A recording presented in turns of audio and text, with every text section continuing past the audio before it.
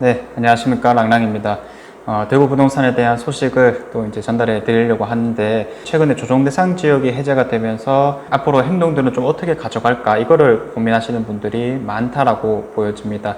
자, 그래서 이 행동에 있어서 사실 중요한 게 어떠한 방향성을 좀 가지고 있고, 앞으로는 좀 어떻게 흘러갈까, 요거를 잡고 있으면 우리가 자연스럽게 어떻게 행동할지가 나온다, 이렇게 이제 말씀드릴 수가 있을 것 같은데, 앞으로 이제 나오게 될 현상, 그리고 이제 이런 것들 살짝 분석을 좀 해가지고 말씀을 드려보고자 합니다. 자, 아무튼 이제 제가 이제 직전 영상 같은 것들에서도 이제 좀 충분히 말씀을 드렸다 보니 간단하게만 이제 말씀을 드리자면, 사실 금리라는 이슈가 가장 중요하다라고 했었을 때 대한민국 전체적인 부동산 시장이 좀 흔들리고 있다, 이렇게 이제 볼 수가 있겠고요. 자, 그 다음에 이제 공급 이슈가 많은 대구에서 이러한 가격 하락 현상이 좀 더 확실하고 빠르게 나타나고 있다, 이어나갈 수가 있을 건데, 이제 규제 지역 해제가 또 대구 광역시만 되다 보니까 이 확실한 시그널을 줬다라고 우리가 볼 수가 있겠습니다. 뭐냐면은 투자자가 좀 더 확실하게 들어올 수 있는 시장이 되어 버렸거든요. 투자자들의 사실 집중이, 이목이 대구에 좀 많이 쏠려 있다, 좀 더 확실하게. 왜냐하면 대구만 해제가 되었으니까, 이렇게 말씀을 드릴 수가 있겠습니다.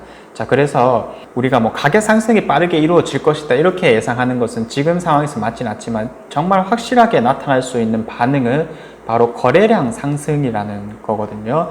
이 거래량이 생각했던 것보다 좀 더 확실하고 빠르게 나타날 가능성이 높아졌다. 그런데 모든 대구 부동산에 대해서 거래량이 다 상승할 것이냐라고 묻는다면 그건 역시 아니게 되는 겁니다. 자, 그래서 어떤 것들부터 우리가 거래량이 나타날지, 요거를 이제 좀 분석을 하다 보면은 자연스럽게 답이 나온다라는 측면이 분명하게 있거든요.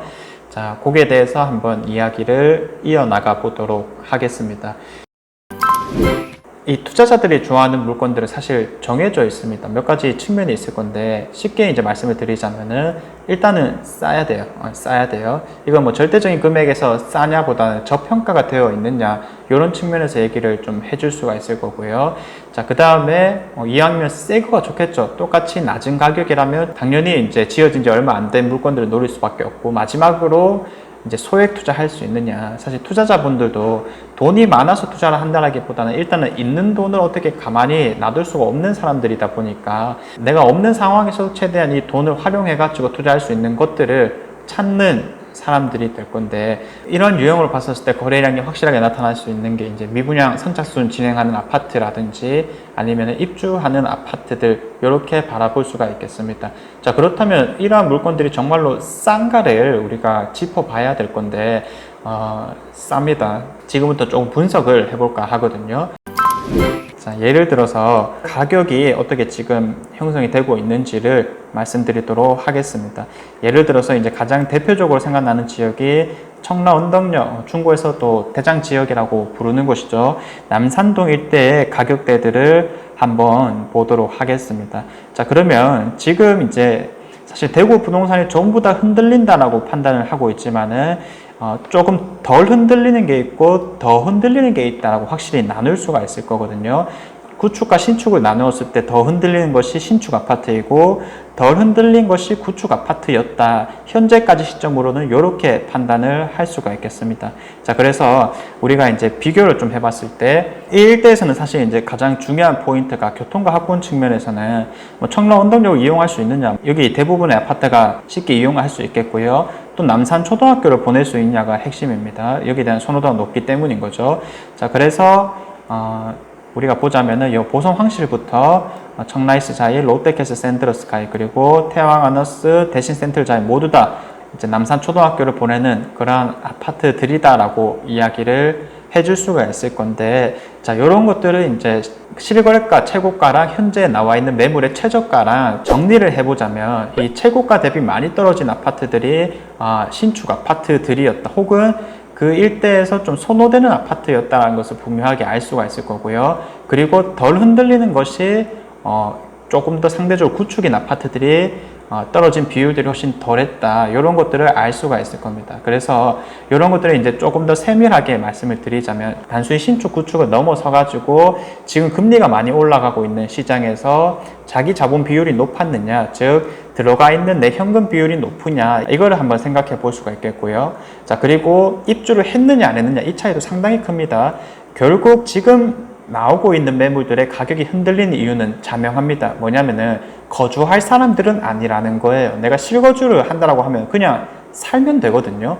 그렇기 때문에 매물로 내놓을 일도 없고 사실 상대적으로 흔들릴 일도 적다라고 보는 건데, 이 팔아야 되는 사람들, 즉 투자자들이 많은 곳들은 아무래도 구조적으로 지금 상황에서는 거래가 잘 안 되고 있다 보니까 높은 금액들을 이제 점점 낮출 수밖에 없다는 겁니다. 자, 이러한 가격들이 확실히 낮아질 수 있는 타이밍이 바로 확실히 팔아야 되는 입주 시기다라고 볼 수가 있겠죠. 그런데 이 입주 시기가 지난다라고 한다면은 마찬가지로 매매 2년 비과세 정도는 다시 한 번 더 우리가 시간이 잡혀 있기 때문에 흔들릴 가능성이 상대적으로 적어진다라고 이야기를 해볼 수 있겠습니다. 애초에 나오는 물건 자체가 거의 없어진다, 이렇게 해석을 해도 좋을 것 같습니다.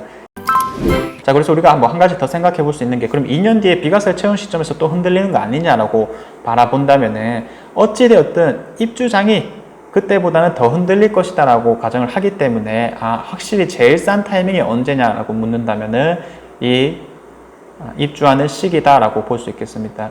이거 외에도 뭐 분양가가 계속 올라간다든지 혹은 전매가 가능한 물건들이 없어진다든지 이런 것들이 또 추가적으로 잡혀져 있는 만큼 입주장에 있는 신축 아파트들이 정말로 확실히 싸다, 이렇게 말씀을 드릴 수 있겠고요.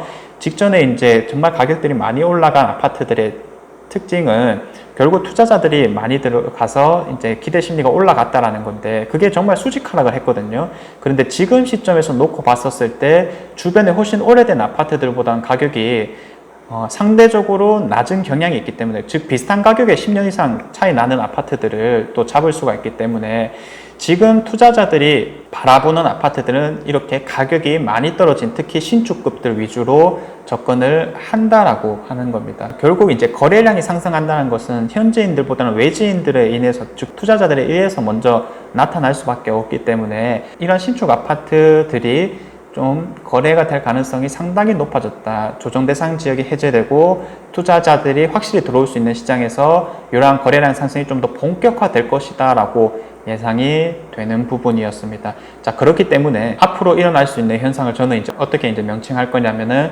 거래 양극화 현상이 두드러질 것이다, 이렇게 이제 말씀을 좀 드립니다.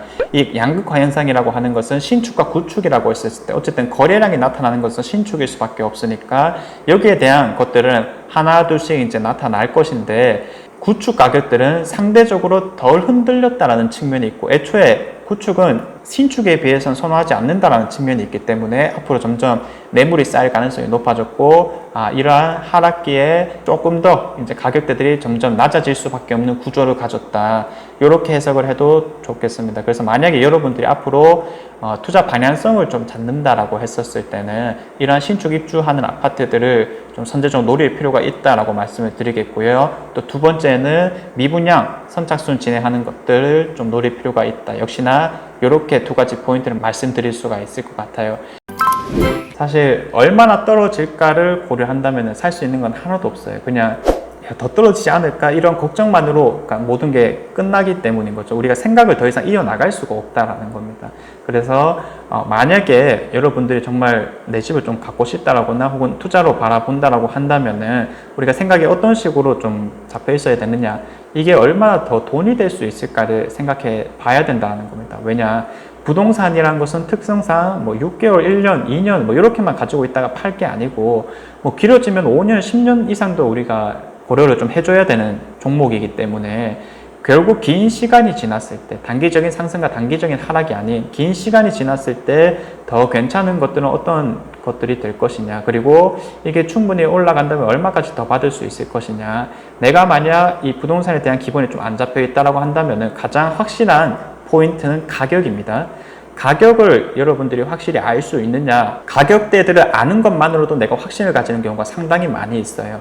그래서 내가 만약에 관심 있는 지역이 있다라고 했을 때는 없으면 이것부터 시작하시면 되고요. 최소한 관심 있는 지역의 모든 아파트들을 내가 가격 정도는 잡아보는 게 중요하다라고 말씀을 드려요. 이 가격 잡을 때는 항상 84타입, 우리가 32평, 33평이라고 하는 매물들이 있죠.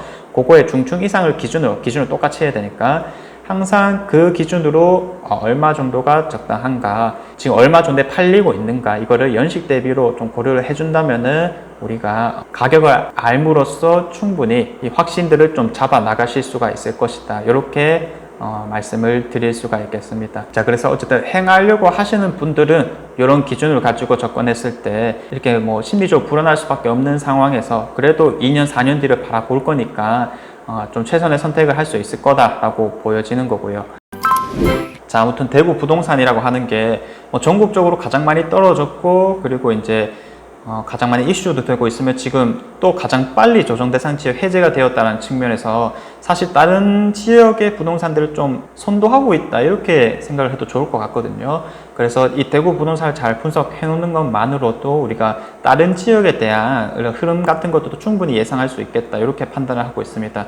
그래서 지금 어떻게 대구 시장이 흘러가고 있는가를 뭐 제 얘기뿐만 아니더라도 여러분들 직접 한번 생각을 해봄으로써 그게 맞는지 아닌지를 검증해 나간다면 지금 이 시기를 이제 아주 잘 보내는 거지 않을까, 이렇게 또 생각이 들기도 합니다. 그래서 지금같이 대구 부동산이 정말 많이 흔들리는 시기에서는 어찌됐든 내가 어떻게 방향성을 잡고 있느냐가 제일 중요하기 때문에 여러분들이 흔들리지 말아야 된다는 측면에서 이렇게 이제 간단한 분석을 좀 진행을 해 보았는데 많은 도움이 되시길 바라겠고요. 혹시라도 이제 다른 질문거리가 있다라고 하면은 저희 카페도 있으니까 오셔가지고 질문을 남겨주신다면 저뿐만 아니라 다른 분들도 충분히 도움을 주실 거다라고 생각이 듭니다. 자, 이상 제가 준비한 내용은 여기까지고요. 다음에는 더 좋은 내용으로 한번 찾아보도록 하겠습니다. 감사합니다.